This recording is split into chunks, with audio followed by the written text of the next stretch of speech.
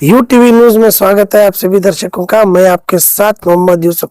आज है बीजापुर शहर में डीसी ऑफिस के पास बंजारा समाज के सारे अध्यक्ष जो है यहाँ पर पहुंचे हुए हैं। इनका कहना यह है कि कल जो पीपीपी प्रोटेस्ट पर जो एमपी पाटिल साहब के घर के पास जो घेराव किया गया था, उस मौके पर एक स्वामी जी ने पीएसआई पर जो हाथ उठाया था। इनका कहना है कि हमारे समाज के एक ऑफिसर को अन्याय हुआ है, तो हम जो है इंसाफ मांगने के लिए यहाँ पर आए हुए हैं।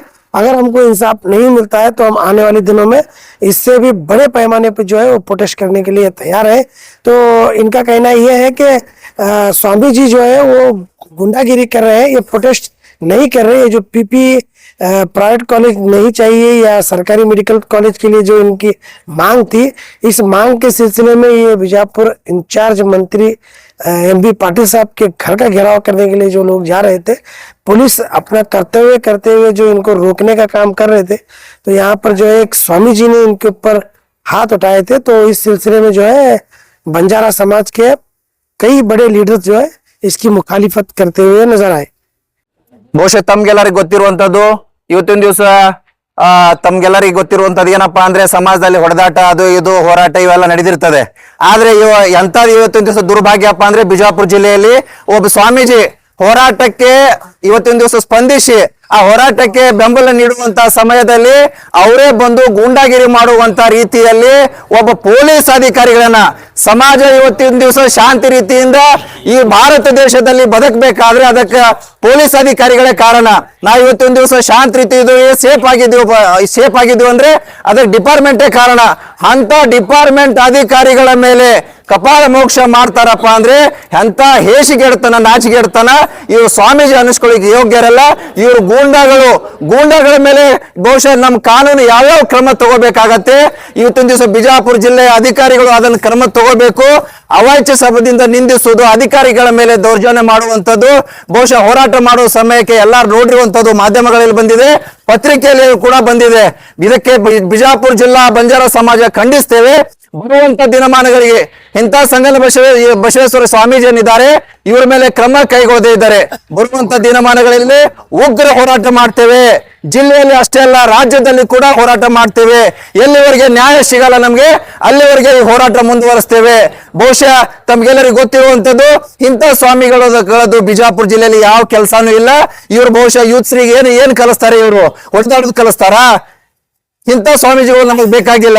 ಅದಕ್ಕೆ ಬಹುಶಃ ಲಾಸ್ಟ್ ಟೈಮ್ ಯಾರೋ ಒಬ್ಬರು ಸ್ವಾಮೀಜಿಗಳು ಪುಣ್ಯಾತ್ಮರು ಏನೋ ಮಾತಾಡಿದ್ರು, ನಮಗೂ ಸ್ವಲ್ಪ ಗೊತ್ತಿರುವಂತ ವಿಷಯ. ಅಂತ ಸ್ವಾಮೀಜಿಗಳಿಗೆ ಗಡಿಪಾರು ಮಾಡಿರುವಂತದ್ದು ನೋಡಿದ್ದೇವೆ. ಅಧಿಕಾರಿಗಳ ಮೇಲೆ ಇವತ್ತಿನ ದಿವಸ ಕಪಾಳ ಮೋಕ್ಷ ಮಾಡಿರುವಂತಹ ಸ್ವಾಮೀಜಿಗಳ ಮೇಲೆ ಅಧಿಕಾರಿಗಳು ಯಾವ ರೀತಿ ಕ್ರಮ ತಗೋತಾರೆ ಅನ್ನೋದು ನಾವು ಕಾದು ನೋಡ್ತೀವಿ. ಒಂದ್ ವೇಳೆ ಅವ್ರ ಮೇಲೆ ಕ್ರಮ ತಗೋದೇ ಇದ್ರೆ ಉಗ್ರವಾಗಿ ಹೋರಾಟ ಮಾಡ್ತೀವಿ ಅನ್ನುವಂತ ಮಾತನ್ನು ಇವತ್ತು ಹೇಳಿಕ್ಕೆ ಇಷ್ಟಪಡ್ತೀನಿ ಬಂಧುಗಳೇ. ಮೊಬೈಲ್ ಕಸ್ಕೊಂಡ ನನಗೆ ನುಗ್ಸ್ಯಾರ, ಅದ್ರ ಸಂಬಂಧ ಬಹುಶಃ ತಮ್ಗೆಲ್ಲರಿಗೂ ಗೊತ್ತಿರಬೇಕು, ಇವರು ಡೋಂಗಿ ಸ್ವಾಮೀಜಿಗಳು ಎಂತ ನುಗ್ಸಾದ್ರೂ ಕೂಡ ಹೋರಾಟ ಮಾಡುವಂತ ಸಮಯದಲ್ಲಿ ಇವತ್ತಿನ ದಿವಸ ಎಲ್ಲರೂ ಬಂದಿರ್ತಾರೆ. ಹಿಂದೆ ಮುಂದೆ ಆಗಿರ್ತಾವ. ನಾವು ವಿಡಿಯೋದಲ್ಲಿ ನೋಡಿದೇವಿ. ಅಧಿಕಾರಿ ಏನು ಮಾಡಿಲ್ಲ, ನಡ್ರಿ ಅಂತ ಹೇಳಿ ಅವ್ರು ಬೆಂಗಾವಲಲ್ಲಿ ಇದ್ರು. ಅಧಿಕಾರಿಗಳ ಕರ್ತವ್ಯ ಅವ್ರಿಗೆ ಕಾವಲು ಮಾಡ್ತಾ ಇದ್ರು. ಬಹುಶಃ ಅದೇ ಸ್ವಾಮೀಜಿಗಳ ಮೇಲೆ ಯಾರಾದ್ರೂ ಒಂದು ಕಪಾಳ ಮೋಕ್ಷ ಮಾಡಿದ್ರೆ ಇವತ್ತಿನ ದಿವಸ ಆ ಅಧಿಕಾರಿ ಸಸ್ಪೆಂಡ್ ಆಗ್ತಿದ್ರು.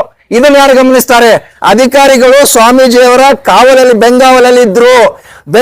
ಬೆಂಗಾವಲಲ್ಲಿ ಇರುವಂತಹ ಸ್ವಾಮೀಜಿಗೆ ಕಪಾಳ ಮೋಕ್ಷ ಮಾಡಿರುವಂತದ್ದು, ಅಧಿಕಾರಿಗಳಿಗೆ ಕಪಾಳ ಮೋಕ್ಷ ಮಾಡುವಂತ ಈ ಸ್ವಾಮೀಜಿ ಅಲ್ಲ, ಸ್ವಾಮಿ ಗೂಂಡ ಇವನು.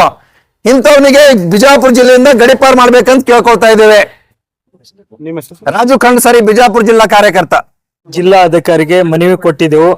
ನಿನ್ನೆ ನಡೆದಂತ ಪ್ರಕರಣದಲ್ಲಿ PSI ಆದ ಸೀತಾರಾಮ್ ಲಮಾಣಿ ಮೇಲೆ ಸಂಗಮನ ಬಸವ ಸ್ವಾಮೀಜಿಯವರು ಅವರಿಗೆ ರಕ್ಷಣೆ ಕೊಡ್ತಾ ಇದ್ದಾರೆ. ರಕ್ಷಣೆ ಕೊಡುವ ಟೈಮ್ ಯಾರೋ ಇರ್ಲಿ, ಇವತ್ತು ರಕ್ಷಣೆ ನಾವು ಇರ್ತೇವೆ, ಪಬ್ಲಿಕ್ ಇರ್ತಾರೆ. ಒಬ್ಬ ಸ್ವಾಮಿ ಕೈ ಮಾಡ್ತಾನಂದ್ರ ಸ್ವಾಮಿ ಗುಂಡಾ ಸ್ವಾಮಿ, ಅವನು ಸ್ವಾಮಿ ಅಲ್ಲ. ಅಂತ ಸ್ವಾಮಿಗಳಿಗೆ ಇಲ್ಲಿ ಈ ಬಿಜಾಪುರ ಕರ್ನಾಟಕದಲ್ಲೇ ಇಡಬಾರ್ದು. ಅಂತ ಸ್ವಾಮಿಗಳಿಗೆ ತಡಿಪಾರು ಮಾಡ್ಬೇಕು. ಯಾಕಂದ್ರೆ ಪೊಲೀಸ್ ಡಿಪಾರ್ಟ್ಮೆಂಟ್ ಒಂದು ರಕ್ಷಣೆ ಕೊಡ್ತಾ ಇರ್ತೈತಿ. ಮತ್ ಪೊಲೀಸ್ ಡಿಪಾರ್ಟ್ಮೆಂಟ್ ಹಿಂಗಿದ್ರೆ ಮುಂದೆ ಕಾನೂನು ಏನಾಗ್ತೈತಿ? ಅದ ಕಾರಣ ಈಗ ನಮ್ಮ ಸಮಾಜಕ್ಕೆ ನಮ್ಮ ಬಂಜಾರ ಸಮಾಜ ಸೀತಾರಾಮ್ ಲಮಾಣಿ ಅವರಿಗೆ ನಮ್ಮ ಸಮಾಜಕ್ಕೆ ಅನ್ಯಾಯ ಆಗಿದೆ. ಅದ್ರ ಬಗ್ಗೆ ನಾವು ಒಂದು ಖಂಡನೆ ಮಾಡ್ತೇವೆ. ಒಂದ್ ವೇಳೆ ಅವನ ಸ್ವಾಮಿ ಮೇಲೆ ಕ್ರಮ ತಗೊಳ್ಳಿಲ್ಲ ಅಂದ್ರೆ ನಾವು ಉಗ್ರ ಹೋರಾಟ ಕರ್ನಾಟಕದಲ್ಲಿ ಮಾಡ್ತೇವೆ. ಮತ್ತೆ ಜಿಲ್ಲಾದಾಗೂ ಮಾಡ್ತೇವೆ. ಮತ್ತೆ ಈ ಸ್ವಾಮೀಜಿ ಅವ್ರ ಮೇಲೆ ಡಿಪಾರ್ಟ್ಮೆಂಟ್ ಅವರು ಮಾಮೂಲಿ ಒಬ್ಬ ಮನುಷ್ಯನ ಮೇಲೆ ಆದ್ರೆ ಯಾವ ಪರಿ ಕಾನೂನು ತಗೋತೀವಿ, ಇವ್ರ ಮೇಲೆ ಏನಾಗಿದೆ, ಒಬ್ಬ PSI ಆಗಿದೆ, ಇದ್ರ ಮ್ಯಾಗ ಏನ್ ಕಾನೂನು ತಗೋತ ನಾವು ಕಾದ್ ನೋಡು ಮುಂದಿನ ನಿರ್ಧಾರ ತಗೋತೇವೆ. ಶಂಕರ್ ಚವ್ಹಾಣ್, ಜಿಲ್ಲಾಧ್ಯಕ್ಷ. ಏನಾಗಂಗಿಲ್ಲ. ಈಗಾಗಲೇ ಜಿಲ್ಲಾಧಿಕಾರಿಗಳಿಗೆ ನಾವು ಮನವಿಯನ್ನು ಸಲ್ಲಿಸಿವಿ. ವಿಜಯಪುರ ಜಿಲ್ಲೆಯ ಎಲ್ಲ ಬಂಜಾರ ಸಮಾಜದ ಪರವಾಗಿ ಇವತ್ತು ಸಂಗನ ಬಸವ ಸ್ವಾಮಿಗಳು ನಿನ್ನೆ ಪ್ರತಿಭಟನೆ ಸಂದರ್ಭದಲ್ಲಿ ಆದರ್ಶ್ ನಗರದ PSI ಆಗಿರ್ತಕ್ಕಂಥ ಸೀತಾರಾಮ್ ಲಮಾಣಿ ಅವರ ಮೇಲೆ ಕಪಾಳ ಮೋಕ್ಷ ಮಾಡಿ ಅವಾಚ್ಯ ಶಬ್ದವನ್ನು ಬೈದು ಇವತ್ತು ಒಂದು ಸಮಾಜಕ್ಕೆ, ಬಂಜಾರ ಸಮಾಜ ಇವತ್ತು ಶಾಂತಿಯುತ ಆಗಿರ್ತಕ್ಕಂಥ ಸಮಾಜ, ಈ ಸಮಾಜಕ್ಕೆ ಒಂದು ನಿಂದನೆಯನ್ನು ಮಾಡ್ತಕ್ಕಂಥ ಕೆಲಸವನ್ನ ಸಂಗನ ಬಸವ ಸ್ವಾಮೀಜಿಗಳು ಮಾಡಿದ್ದಾರೆ. ಅವ್ರ ಮೇಲೆ ಜಾತಿ ನಿಂದನೆ ಮತ್ತು ದೌರ್ಜನ್ಯ ಪ್ರಕರಣವನ್ನು ದಾಖಲಿಸಬೇಕಂತ ಹೇಳಿ ನಾವು ಜಿಲ್ಲಾಧಿಕಾರಿ ಮತ್ತು ಪೊಲೀಸ್ ಉಪಾಧೀಕ್ಷಕರಿಗೆ, ಜಾರಿ ನಿರ್ದೇಶನಾಲಯ, ಪೊಲೀಸ್ ಇಲಾಖೆಯವರಿಗೆ ಕಂಪ್ಲೇಂಟ್ನು ಸಹ ಮಾಡ್ತಾ ಇದ್ದೀವಿ. ಅವರನ್ನ ತಕ್ಷಣ ಇವತ್ತು ಬಂಧಿಸಿ ಗಡೀಪಾರು ಮಾಡಬೇಕು ಮತ್ತು ಅವರಿಗೆ ಉಗ್ರ ಶಿಕ್ಷೆ ನೀಡಬೇಕಂತ ಹೇಳಿ ಎಲ್ಲ ಬಂಜಾರ ಸಮಾಜದ ಜಿಲ್ಲೆಯ ಮುಖಂಡರುಗಳ ಪರವಾಗಿ ಆಗ್ರಹವನ್ನು ಮಾಡ್ತೇನೆ. ಅರ್ಜುನ್ ರಾಠೋಡ್ ಸ್ವಾಮಿಗಳೇನು ಹಿಂಗ್ ಮಾಡ್ರಲ್ಲ, ಕಪ್ಪಳ ಮಾರ್ಕ್ಸ್ ಮಾಡ್ಯಾರ ಅವ್ರು ಪೊಲೀಸರೆಲ್ಲ ತಾವ್ ತಿಳ್ಕೊತಾರ. ಅಲ್ರಿ ಅಲ್ಲ, ಪೊಲೀಸರಿಗೆ ಇಲ್ಲ ಅಂತ ಹೆಂಗ್ ತಿಳ್ಕೊತಾರ? ಒಬ್ಬ ಸ್ವಾಮಿಗಳೇ ತಿಳ್ಕೊಳಂಗಿಲ್ಲ ಅಂದ್ರ ಇನ್ನು ಜನಸಾಮಾನ್ಯರ ಗತಿ ಏನ್ ಹೇಳ ಸರ್? ಅಲ್ರಿ ಅವ್ರ ಅಲ್ಲ ಕೋಡ್ ಬರ್ತಾರ, ಯಾವ್ದ ಕಾರ್ಯಕ್ರಮ ಇಟ್ಕೊಂಡ್ರೆ